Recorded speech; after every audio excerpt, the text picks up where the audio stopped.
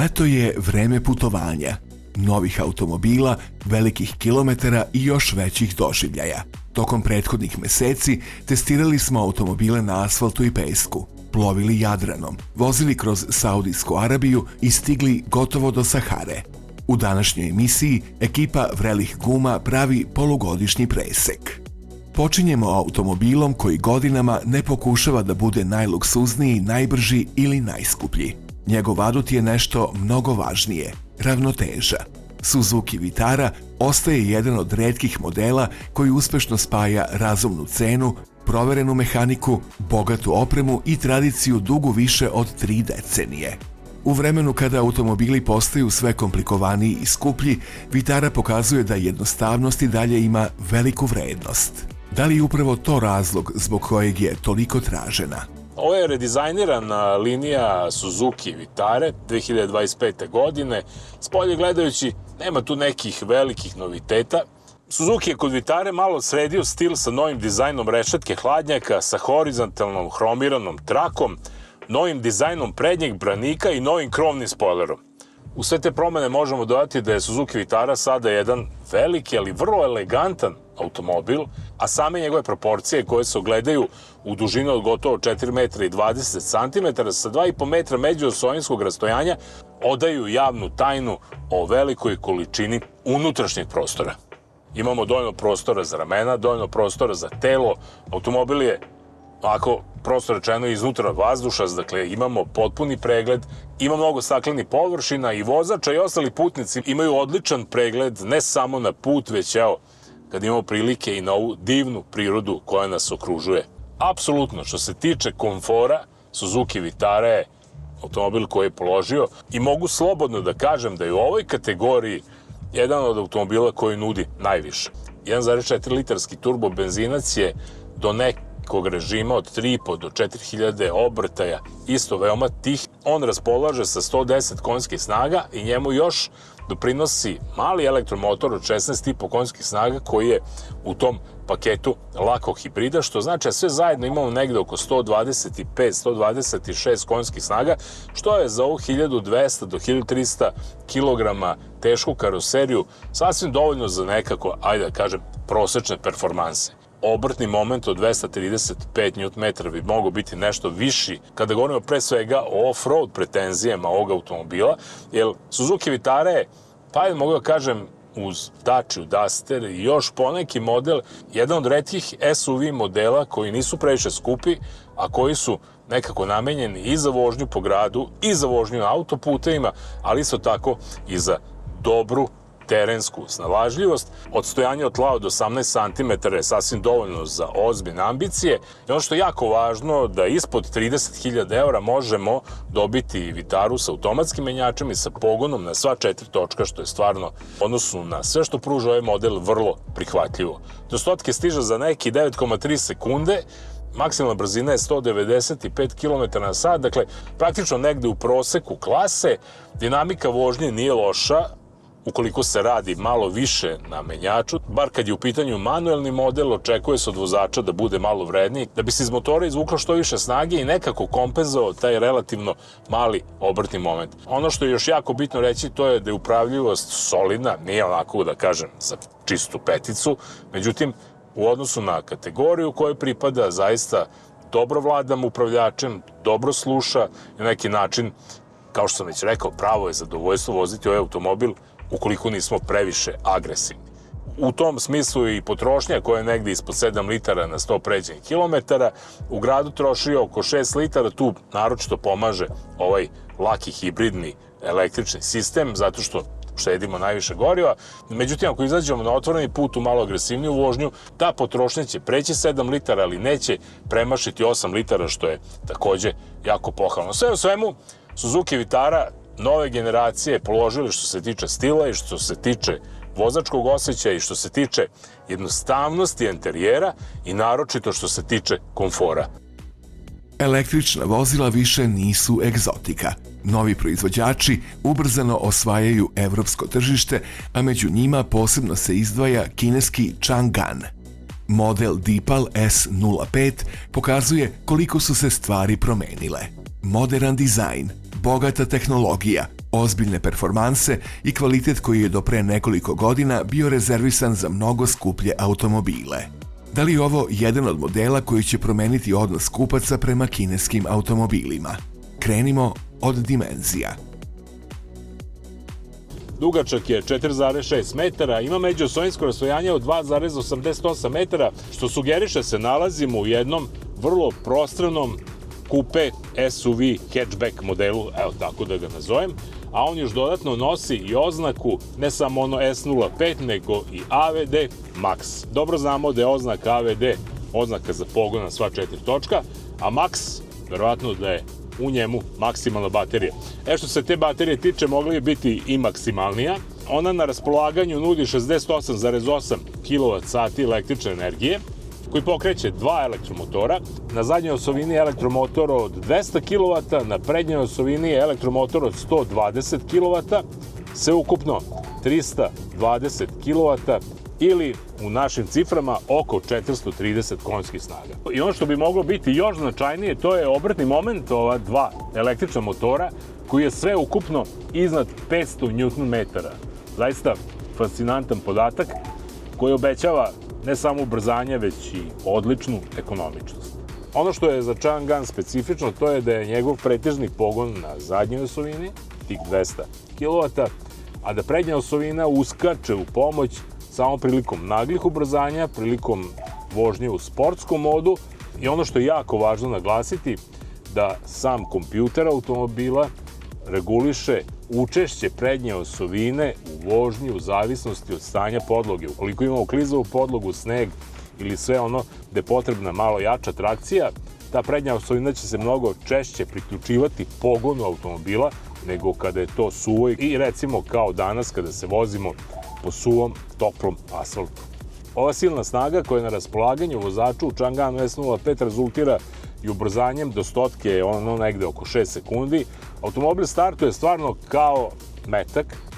Kada vozimo na otvorenom putu, naravno sa olikom snagom i sa pogonom na sva 4 točka, nemamo nikakav problem što se tiče stabilnosti, nemamo nikakav problem što se tiče upravljivosti.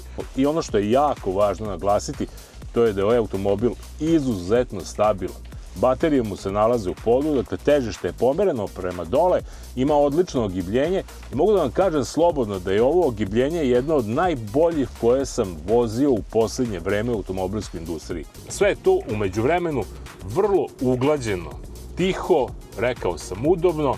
Mesta na prednjim sedištima naravno ima u obilju, na zadnjim takođe, a imamo bogami i dva prtljažnika, jedan od 490 litara tamo gde i mesto prtljažniku, jel da, na zadnjem delu automobila, ali imamo i prednji prtljažnik umesto klasičnog motora. Ovde je sada prtljažnik od nekih 150 litara, tako da sve zajedno imamo debelo preko 500 litara zapremine prtljažnika, što znači da ovde možemo sasvim solidno i komfortno spakujemo jednu porodicu da krene na more sa svim onim rekvizitima koji danas života znače. Slobodno mogu kažem da je u ovoj klasi električnih automobila Chang'an S05 ponudio i najviše od onog što sam do sada testirao i da je to sigurno u ovom trenutku najbolji električni automobil, opet ponavljam, u ovoj klasi koji se može kupiti u Srbiji. Eto, toliko i najkraće, onako potpuno otvorenog srca. Jer šta da radimo? Kinezi dolaze, izgleda da svi ostali moramo da se prilagođavamo njima, a ne oni nama i evropskoj autoindustriji. Kada se govori o električnim automobilima, najčešće se pominju domet i vreme punjenja. Međutim, postoji podatak koji je za mnoge još važniji – cena pređenog kilometra. Upravo tu Fiat Grande Panda Electric pokazuje svoju najveću snagu. Od polovine januara do polovine marta, otprilike za tačno 60 dana, prešli smo nešto malo preko 2500 km i od tada smo uz prosečnu potrošnju od 18 kWh na 100 pređenih kilometara potrošili negde oko 450 kWh električne energije. U tom smislu ovde imamo tri moguća scenarija kada je punjenje baterije električnom energijom u pitanju. Jedan scenario je onaj koji smo mi radili tokom zime, kada nema mnogo sunca, preuzimanje električne energije na kombinovan način, nešto iz solarne elektrane, nešto iz elektrodistributivne mreže. Drugi način je potpuno preuzimanje iz distributivne mreže 450 kWh električne energije koji su potrošeni za 2 meseca. U principu za 2500 km u ta 2 meseca svrstavaju nas u krajnjoj liniji u tu famoznu plavu tarifu, noćnu, jer zašto bi punili automobil danju, vozimo ga danju, noću ga punimo, je li tako? I treća opcija je, ukoliko nemamo sopstvenu garažu, ukoliko nemamo solare, ukoliko nemamo sopstveni punjač, da ga punimo na javnim punjačima. U odnosu na Fiat Grande Panda, lako elektrificirani hibrid, koji bi za ovih 2500 km potrošio benzina za nekih 31.000 dinara, zbog lakše matematike to nam je 12,4 dinara po pređenom kilometru.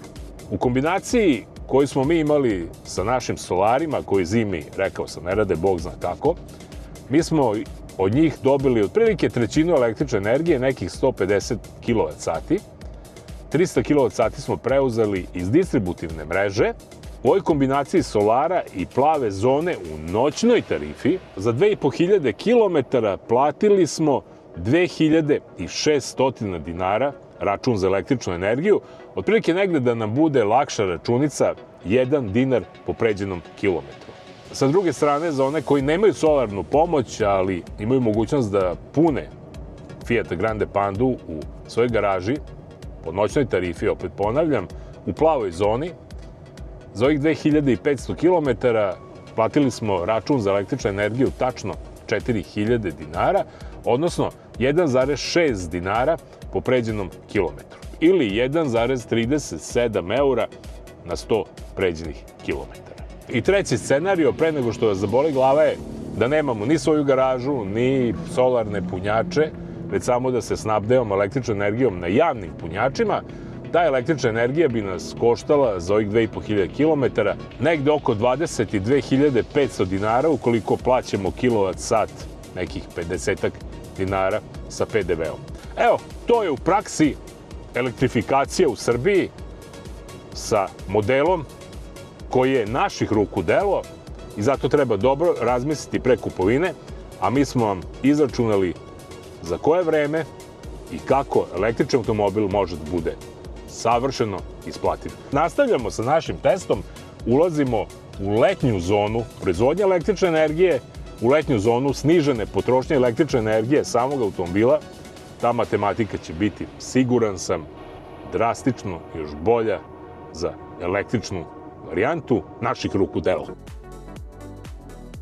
Od gradskih ulica selimo se na potpuno drugačiji teren.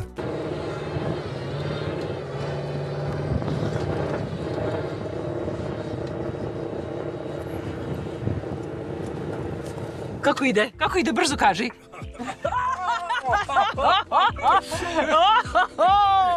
Još da sam gledao gde vozim. Saudijska Arabija danas nije samo zemlja nafte, već i ogromnih infrastrukturnih projekata, modernih autoputeva i potpuno drugačijeg pogleda na automobilizam. Mercedes GLC bio je naš saputnik kroz pustinju. Putovanje koje pokazuje da automobil nije samo prevozno sredstvo, već i najbolji način da upoznate jednu sasvim drugačiju kulturu.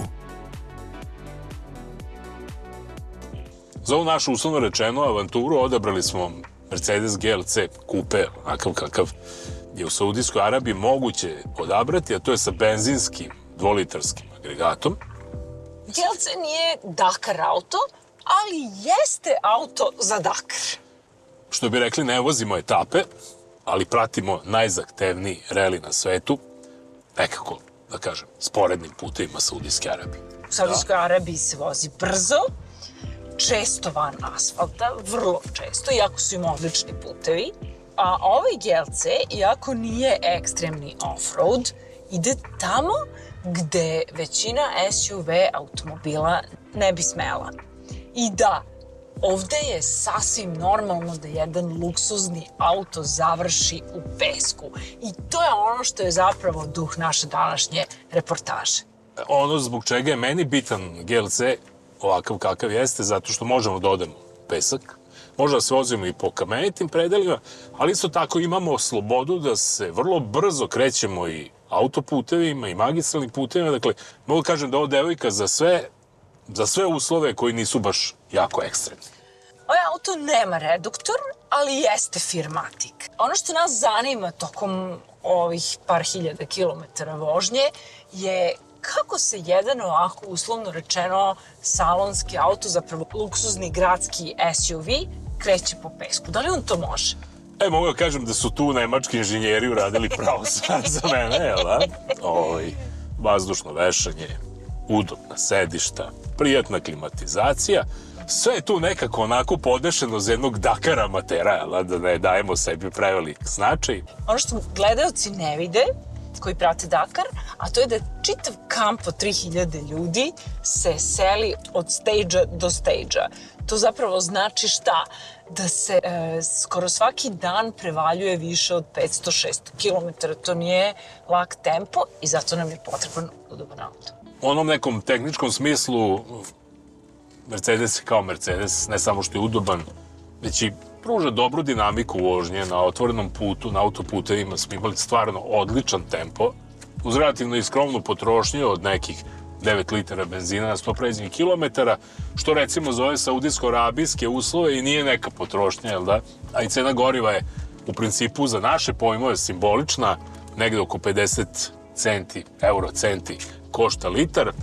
Upravljivost Mercedesa GLC na asfaltu je, znao već kako Mercedes funkcioniše i tu nema nikakvih primetbi. Međutim, ono što je mene iznenadilo to je koliko on čak i sa ovim pneumaticima ima izvanrednu upravljivost uz činjenicu da vozač ima vrlo zanimljivu povratnu informaciju sa puta, što je jako bitno kada se vozi i na asfaltu i kada se vozi brzo, ali još bitnije kada se vozi sporije. Zanimljivo mi je da je marketing okrenuo upotrebu jednog ovakvog automobila u sasvim drugačijem pravcu. Urbani auto. A on je zapravo vrlo sposoban za svašta, kao što smo sad videli. Kako bi ti ono rekao da smo mi sad u Sremu? Tu postoji jedna uzrečica, u Sremu se kaže i u rumu i u šumu, to kad je nešto za sve. Kad kaže ono modelo i za rumu i za šumu, u sklopu te sremačke narodne umotvorine, ovaj Mercedes je i za luksuzan hotel od 5 zvezdica, ali i za Dakar. Posle pustinskog peska stižemo na more. Iz slovenačke Izole isplovili smo prema Veneciji, gradu koji se i danas najlepše upoznaje sa vode. Tokom plovidbe uživali smo u jedrenju, promenama vremena i prizorima severnog Jadrana, a dolazak u Veneciju morskim putem ostaje iskustvo koje se pamti čitav život.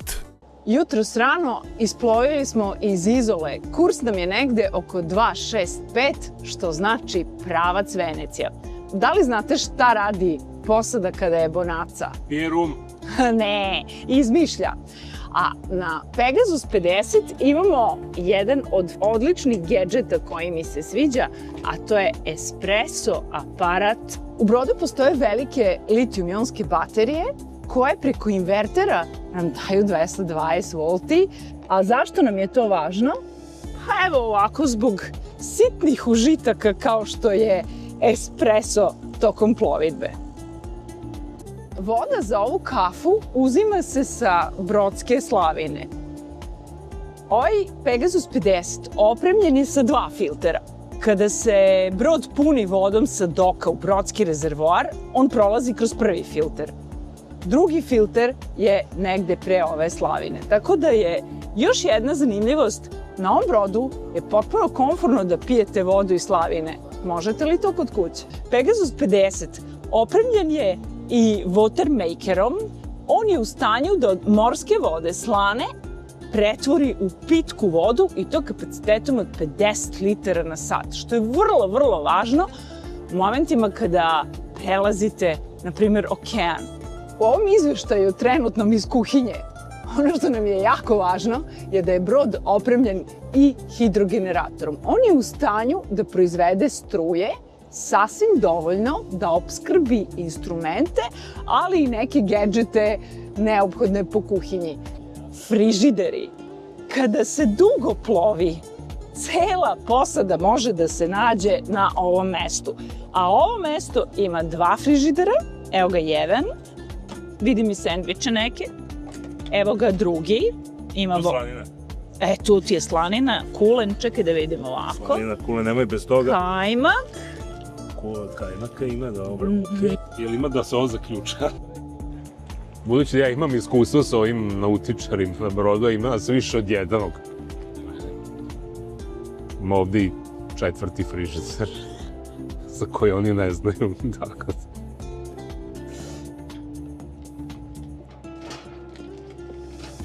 Na našem putu od Izole do Venecije do pola smo morali, nažalost, na motor, ali onda Pegasus, konj iz grčke mitologije koji leti, je uhvatio dobar vetar. I mi smo zapravo negde sada na pola između neba i mora. Hitamo ka Veneciji. Pri svega skoro oko 7 čvorova vetra mi jurimo neverovatnih 6. Venecijo, dolazimo. Ovo je naša trenutna pozicija. Plovimo pored čuvenog Lido di Jesolo i ruta nas vodi do ovog kanala koji zapravo predstavlja ulaz u Venecijansku lagunu. U laguni nas očekuje vrlo zanimljivih sat vremena. Ona je plitka, nezgodna i vrlo komplikovana za navigaciju. Šta to znači? U odnosu na nas, mi smo ovde gosti, svi ostali imaju prednost. Pre svega javni saobraćaj. Dakle, svaki vaporeto ćemo morati da propustimo kroz specifične kanale koji su označeni drvenim balvanima i mi imamo gaz preko 2 metra. Mi ne smemo se približimo previše blizu te signalizacije jer je tu dubina svega 1 metar. Čisto da ne pomislite da sam završio u moru, evo, jedna od životnih želja je ispunjena, crkva Svetoga Marka sa mora. Za kraj, jedna od najvećih avantura vrelih guma. Putovanje kamperom od Srbije do Sahare nije samo hiljade pređenih kilometara. To je priča o slobodi, različitim kulturama, neplaniranim izazovima i svakodnevnom životu na točkovima. Upravo ovakva putovanja pokazuju zašto kamperizam postaje način života, a ne samo način putovanja. Pogledajte našu rutu u Maroku duž Atlantske obale. Ne žurimo, lokalne ceste su kao stvorene za uživanje u vožnji obalom Atlantskog okeana, pa tako i otkrijemo na lokalnom putu i šarmantan utvrđeni grad Asilah, udaljen 50 km od Tandžira. U istoriji je poznat kao jedna od najlepših i najznačajnijih luka na Atlantiku koju su u 15. veku izgradili Portugalci. Prepoznatljiv po svojim fasadama, muralima, umetničkoj atmosferi i nekoj čudnoj, mirnoj i opuštenoj klimi. Bonjour. Nous voulons rester 2 heures. Non. 2 heures. Da li si primetio? Ceo sistem se organizovao da te uputi na zvaničan parking na kojem ćeš platiti 5 dirhama sat i biti bezbedan i pod kamerama. 24 sata za 12 eura. Ajde da kažemo, to je vrlo povoljno s obzirom da se odmah nalaziš u zidine samog centra grada, a isto tako je bilo i u Rabatu koji nam je bio sledeći grad. Na sličan način smo se tamo parkirali, praktično u gradsku luku. Šta znamo o Rabatu? Da je u 17. veku bio prijestolnica najopasnijih pirata u ovom delu sveta. Ako pomerimo vremeplov nekoliko vekova kasnije, Rabat je glavni grad Kraljevine Maroko i zvanična rezidencija kralja. I izgleda spektakularno. Iznenađujući, umiven, čist, organizovan. I slobodno mogu da kažem da je to jedan od najlepših gradova u kojima sam bio i grad koji je vrlo ugodan za život, jer kažu da leti temperature ne prelazi 30 stepeni Celzijusa, da zimi ne pada ispod 10, dakle, klima je apsolutno prihvatljiva, nalazi se na Atlantskom okeanu koji leti, donosi svežinu, a zimi golfska struja donosi toplotu, tako da zaista je Rabat jedno od najvećih iznenađenja na ovom našem dosadašnjem putu. Kamper smo parkirali u Rabatu tik uz zidine Medine, tik uz zidine Andaluzijske bašte i Kasbaha. Bolju premium lokaciju nismo mogli da imamo. Viš li gde sam te doveo na more? Nije ovo more, ovo je okean. I to Atlantski. Tamo je Evropa, tamo iza naših leđa je Amerika, dole rt Dobre nade. Do Rabata otprilike 3.500 kilometara sve uz obalu Mediterana. A u Rabatu smo proveli nešto više od 24 sata i momentalno smo poprimili njihov stil boravka uz obalu okeana. Malo smo razgrnuli društvo i parkirali se direktno na obalu Atlantika da bi dalje krenuli ka mestu Muhamedija. To je, mogu da kažem, bio jedan tehnički servis. Tu smo stali da se odmorimo. Kamp srednje kategorije, možda jedan od lošijih u kojima smo bili, ali ima veš mašinu i posle 15 dana našeg putešestvija od Novog Sada kroz celu Evropu i sada deo Maroka, iskoristili smo priliku da operamo veš i da se malo osvežimo, ponavljam u tom tehničkom smislu, da bi spremni dočekali Marakeš. Ovo je baš malo kojene filite, korete dibanicu, smutite povrće, ubacite badele i urema. Toliko za ovaj put. Pred nama je nova serija premijera, testova, putovanja i velikih automobilskih priča. Do narednog susreta vozite pažljivo, putujte što više i uživajte u svakom kilometru.